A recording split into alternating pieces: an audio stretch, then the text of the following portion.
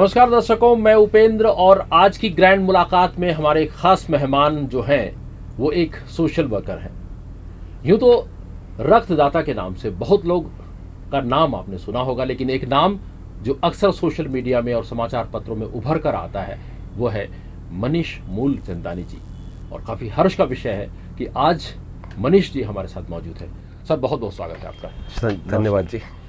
Sir, अक्सर ऐसा होता है और हमारे साथ ज़्यादातर ये होता है कि कोई भी पेपर हम उठा कर देखते हैं, एक दो दिन में आपका नाम किसी न किसी पेपर, किसी न किसी अखबार में या फिर चैनल्स पर उभर कर आता है। ये जो मुकाम है हासिल करने में आपको कितना वक्त लग गया? एक तो अगर सामाजिक कार्य क्षेत्र में अगर काम करते हैं जी, जितनी सरलता दिखती है और पर्दे के पीछे उतनी ही ज़्यादा कठिनाइयाँ भरी रास्ता है। इस कार्य क्षेत्र में प्रशंसा के साथ लोगों की कटु बातें भी सुनने को मिलेंगी। अच्छा। लेकिन हम उस बातों को एब्जॉर्व न करें और एक जनमानस के लिए हम काम करते चलें तो आपका साथ देने के लिए भी बहुत लोग आ जाते हैं। और यह काम करते करते मुझे लगभग 15 साल हो चुके हैं। 15 साल हो चुके हैं। तो आप मूलतः जगदलपुर के रहने वाले हैं? हाँ, मूलतः जगदलपुर से ही मेरा लिखाई पढ़ाई यहीं हुआ है, कॉलेज भी यहीं हुआ, अध्ययन।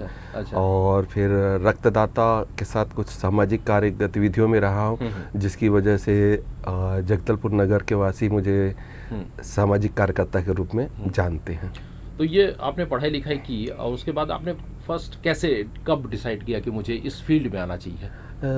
ये एक्चुअल फर्स्ट प्रॉब्लम मेरे घर से हुई थी। अच्छा, प्रॉब्लम? हाँ, प्रॉब्लम कह सकते हैं जी। 2007 का बात है। विशाखापट्टनम में मेरे फादर को ले गए थे और तत्काल के समय हमें पापा के लिए रक्त की ज़रूरत थी जी। तो मैंने जगदलपुर के अपने कुछ दोस्तों को लगाया। तो मुझे किसी ने कहा कि तुम रक्त दे नहीं सकते हो, मांग सकते हो, पहले तुम तो दे दो। वो क्षण था और मैं तत्काल वहीं ब्लड बैंक में गया और वहाँ मैच कराया। तो इत्तेफाक से जो पापा का ब्लड था वही मेरा भी था। अच्छा। मैं खुश होकर ना बहुत जो अनुभूति हुई उसकी कल्पना नहीं की जा सकती है। तो मैंने वहाँ से जो क्षेत्र से स्टार्ट किया और अब तक हम यहाँ करते आ रहे हैं। अच्छा, इसमें देखिए एक लंबा समय आपका हो चुका है, तो क्या इस तरह की कोई संस्था आपकी है जो ये काम करती है? हाँ, ये पर्टिकुलर एक हमने ब्लड ग्रुप जगदलपुर एक फेसबुक पेज बना हुआ है, व्हाट्सएप ग्रुप बना हुआ है। और इसके अलावा भी किसी की पर्सनल कॉल आती हैं और पर्सनल मैसेज आते हैं, उसको हम फॉलो करते हैं। और साथ ही साथ हमारे जगदलपुर के अलावा रायपुर, विशाखापट्टनम में भी हमारे इस रक्तदाता क्षेत्र में जो मित्रगण हैं हम उनसे सामंजस्य बना के रखें। यहाँ से विशाखापट्टनम काफ़ी सारे केस जगदलपुर से रेफ़र होते हैं और उन केसों पर अगर हमें किसी का ज़रूरत लगता है ब्लड का तो हम वहाँ के अपने मित्रगणों को सूचित करते, भाई प्लीज़ हेल्प। और ऐसे ही रायपुर क्षेत्र में भी। इसके अलावा साथ साथ में ना किसी मीडिया जगदलपुर के रहे हैं, उनके परिजन को दिल्ली में चाहिए था 4 यूनिट, वो भी हमने अवेलेबल कराया। जगदलपुर से दिल्ली? ओके, अच्छा। तो वो क्या किस्सा है, कुछ बताना चाहेंगे? मीडिया साथी में लगभग जगदलपुर में तमाम सभी वर्गों और सभी समाजों को जानकारी है कि ब्लड का एक काम करते हैं। तो हम लोग का जो सर्कल है हमने इसको अपना दिल्ली में पेशेंट है ये हमने पूरा शेयर किया ग्रुप में। और वहाँ से ना हम लोग को एक लाइनअप मिला, वो भी ना उड़ीसा और यूपी करते हुए ही हम लोग का सीधे दिल्ली पे हम लोग संपर्क मिला। हमने बताया कि क्रिटिकल केस है और 4 यूनिट लगेगा। और वो बहुत ही आराम से मिला।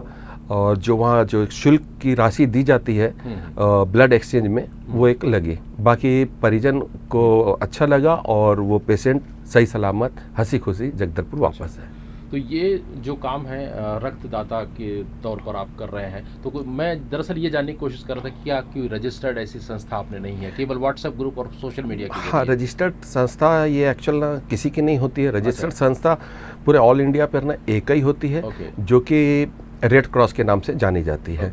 और रेड क्रॉस जहाँ पर भी पूरे शहरों में रहेगा उसके अध्यक्ष माननीय कलेक्टर ही पदाधीन रहते हैं। तो प्रशासन का कितना सहयोग मिल पाता है? प्रशासन का हमें लगातार सहयोग मिलता है। जब भी रक्त मुहैया ऐसा नहीं हो पाता है तो हम लोग पुलिस विभाग से भी पीटीएस जवान से सपोर्ट मांगते हैं। हम कलेक्टर के पास जानकारी भेजते हैं कि शहर में ब्लड बैंक में रक्त थोड़ा सा कम हो गया सर, अगर आप थोड़ा सा एक हेल्प करेंगे तो आप किसी न किसी विभाग से ना कुछ लोगों को सामने लाकर जनमानस के लोगों का कल्याण जरूर करवा सकेंगे। अच्छा, तो क्या इसमें आपका जो कार्यक्षेत्र है हम समझें कि ब्लड डोनेशन तक ही सीमित है या और भी जो एरियाज होते हैं उस पर आप काम कर रहे हैं? हाँ, इसके अलावा भी हम समय समय पर मेडिकल कैंप करवाते हैं।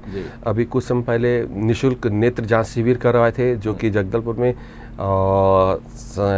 महावीर इंटरनेशनल संस्था के तत्वावधान में 4 दिनों का किया गया था और साथ ही साथ जांच कर निःशुल्क चश्मे बांटे गए थे। कैंसर के डॉक्टर को विशाखापट्टनम से बुलाकर ये एक अलग मेडिकल कैंप कराया गया था।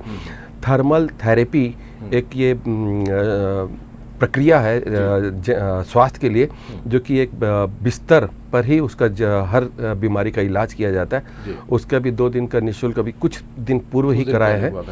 तो इस तरीके से और आने वाले समय में भी एक रोटरी क्लब निःशुल्क जयपुर हाथ पैर शिविर कर रहा है, जिसमें हमारे वॉलंटियर और हमारे सिंधी पंचायत में जो पूरा सहयोग कर रही है वो आने वाले मंथ में होना है।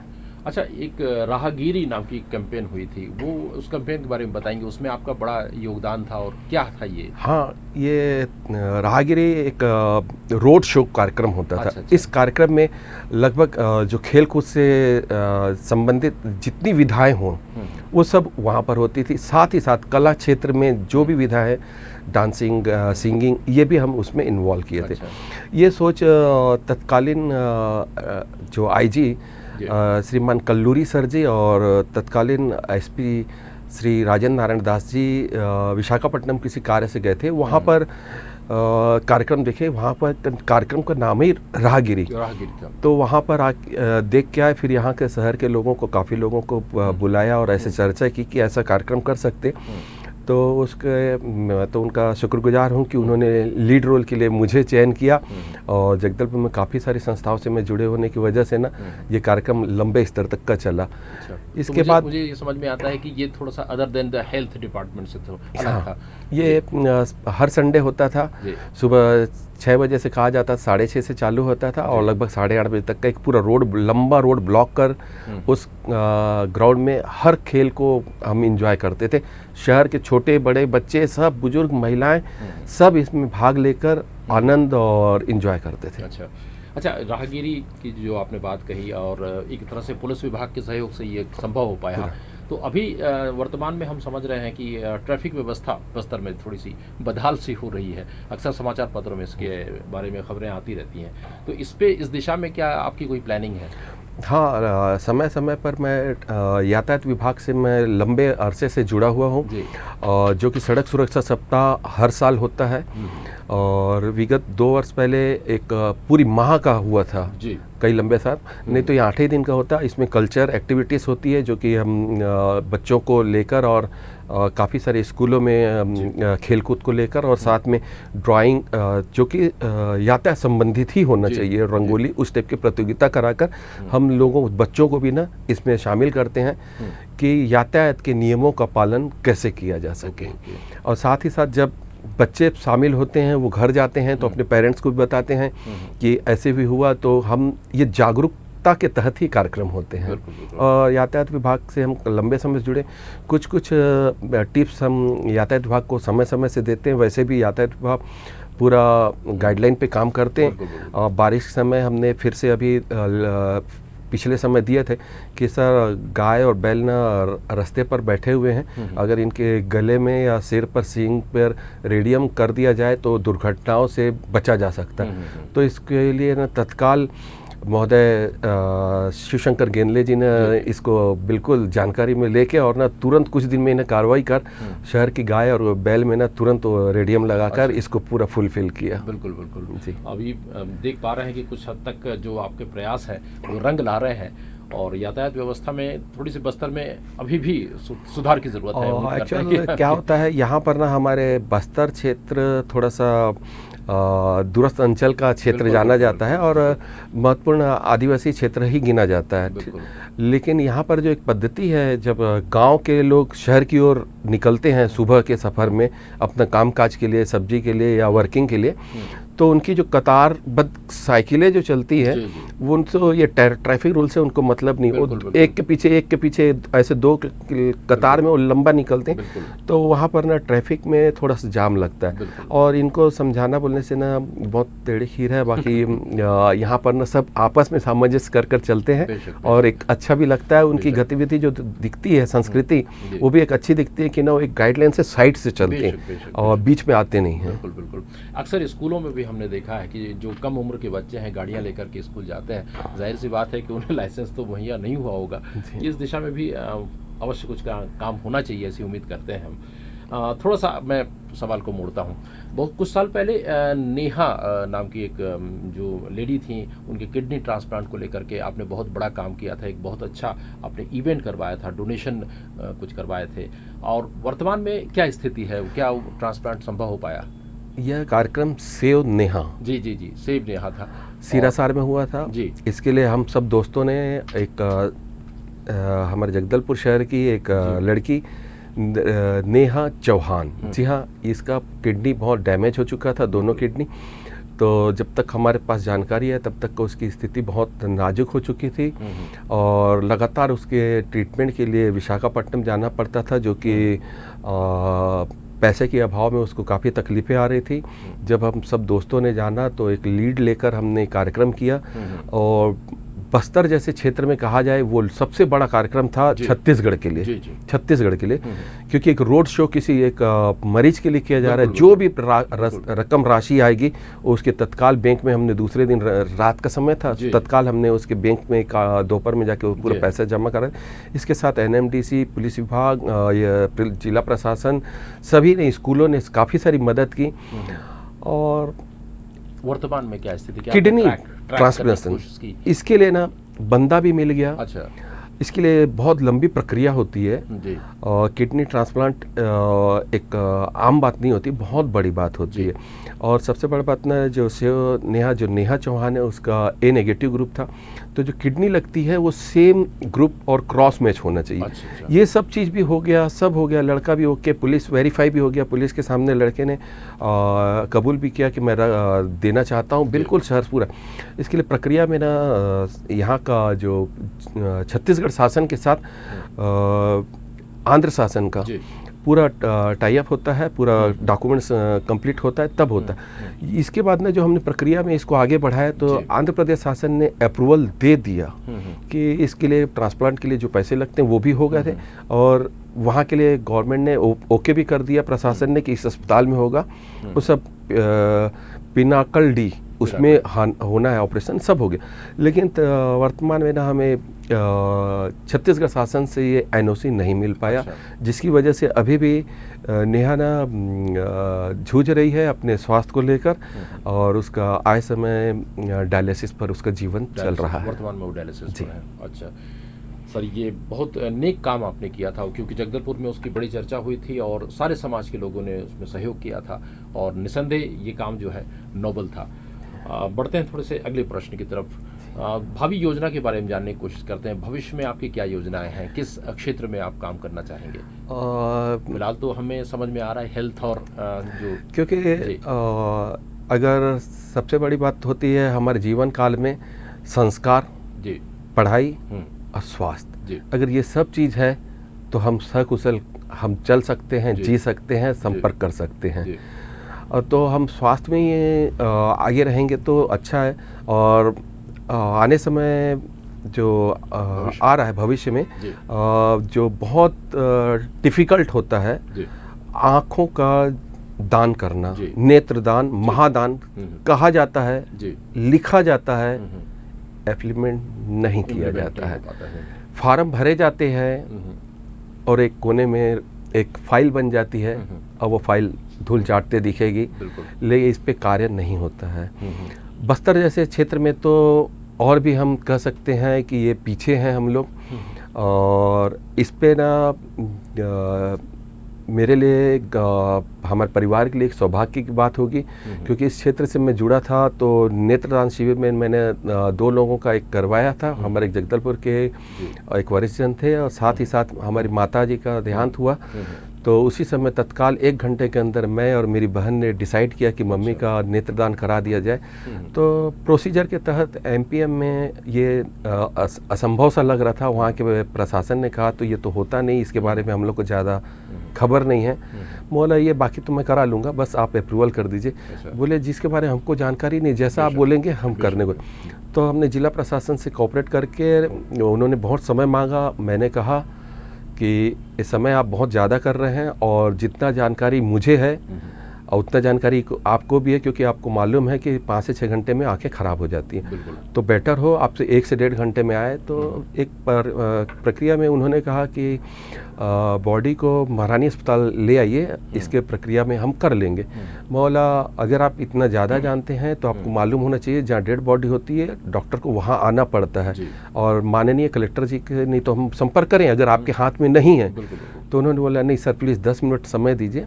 और प्रशासन वहाँ का लगभग 1.25 घंटे में आया।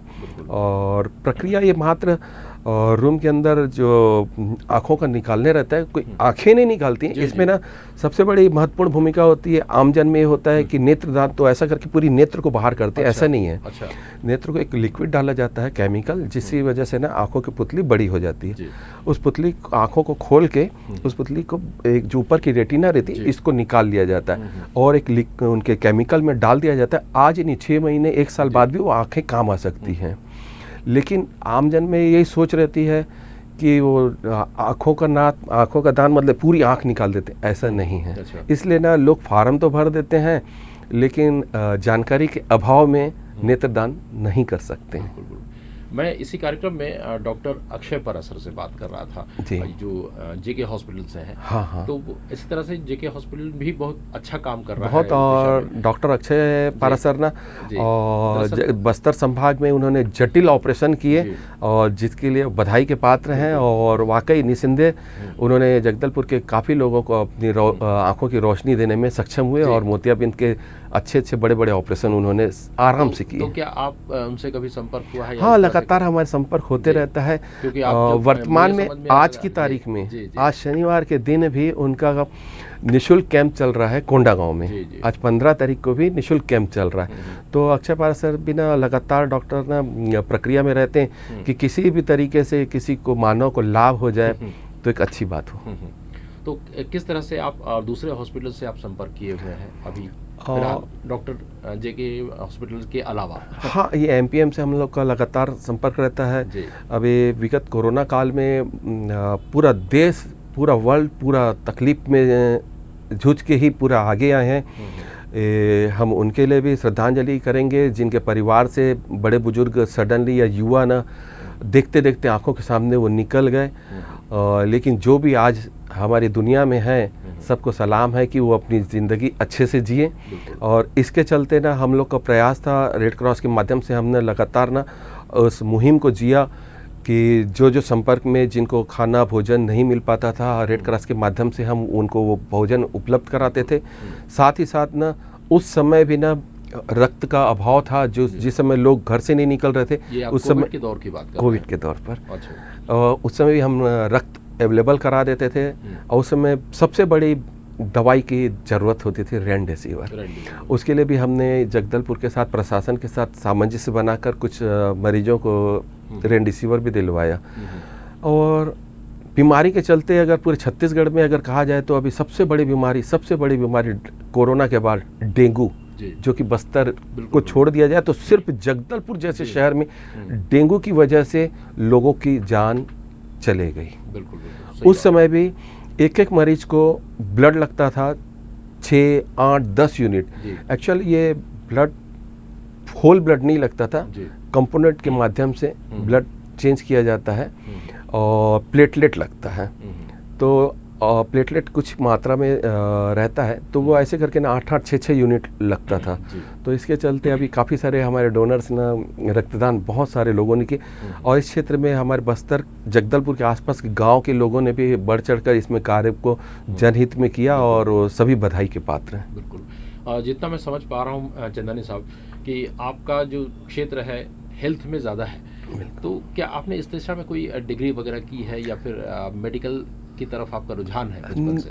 मेडिकल की ओर रुझान है, डिग्री तो नहीं है। सभी डॉक्टरों से संपर्क में रहता हूँ, तो कभी किसी के साथ बैठे रहता हूँ। और सबसे बड़ी बात ना, जब हमारे पास किसी ब्लड के लिए रिक्वायरमेंट आती है तो आगे वाले खुद बताते हैं कि पेशेंट किडनी से है और हार्ट अटैक में है या पेट से देख लिए या डिलीवरी केस से, तो आगे वाले खुद से बता देते हैं। तो ऐसी काफ़ी सारी बीमारियों के बारे में डॉक्टर से जब चर्चा होती है तो हम लोग को थोड़ा थोड़ा करके नॉलेज हो गया है। बिल्कुल बिल्कुल। अच्छा, इसमें मैं एक सवाल बहुत अहम पूछना ये चाहता हूँ कि किसी अगर हितग्राही को आपसे संपर्क करना हुआ तो वो किस तरह से संपर्क करें? जगदलपुर में तो उसको कोई तकलीफ तो नहीं है, कॉन्टैक्ट नंबर दे सकते हैं। हाँ बिल्कुल। मेरा कॉन्टैक्ट इजी नंबर है 9425592171।